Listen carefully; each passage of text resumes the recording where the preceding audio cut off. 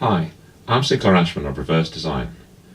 So far, we've established what brands represent, the promises that companies or organizations make to their audiences, and how they fulfill those promises. Also, that there's visual presentation or brand language used to distinguish the individual brands when communicating with those audiences. How can those ideas and elements be combined effectively to produce brand communications that demand attention? Put simply, they must all work together seamlessly to present a set of coherent and distinctive messages. For starters, try answering the following questions about your business. What is it exactly that you do? What does it stand for and represent? What makes it special? What do your potential customers expect from you, and how will you meet those expectations? This gives you the essential information needed to formulate almost any piece of brand communication, from business cards to websites to brochures.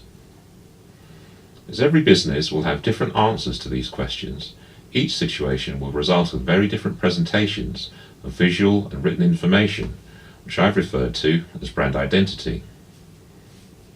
As an example, brand communications for Apple Computer show how different and innovative these outcomes can be.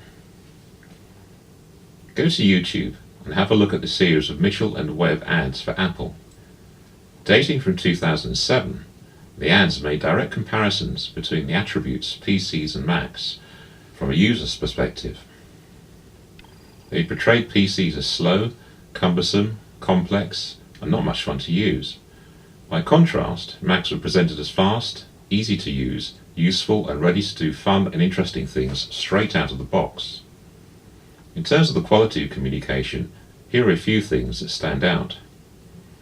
First for me is humour. For me, the best thing about them is that they're funny. People remember humour, it's infectious, and it's rarely used well in ads. Next is simplicity. Essentially, the ads focus on the obvious difference between Macs and PCs. The overall message is that Macs are easier to use, are more fun, and break down less often. And most importantly, the whole series supports the brand and market positioning of Apple, which is to make technology more useful and more desirable than the competition.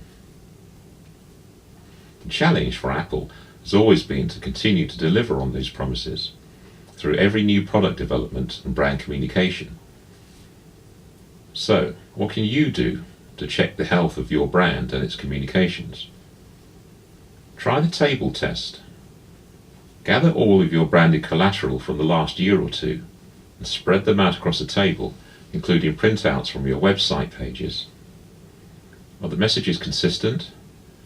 Do the visual and written messages look and sound as if they come from the same place? Does the quality of the imagery do justice to the quality of your products or services? Is it interesting to look at and to read? Most importantly, how does it stack up against your competition? If all of the answers are positive, you can pat yourself on the back for a job well done, at least for another 6 months or so, when you need to check it again. If not, you'll need to get some professional help.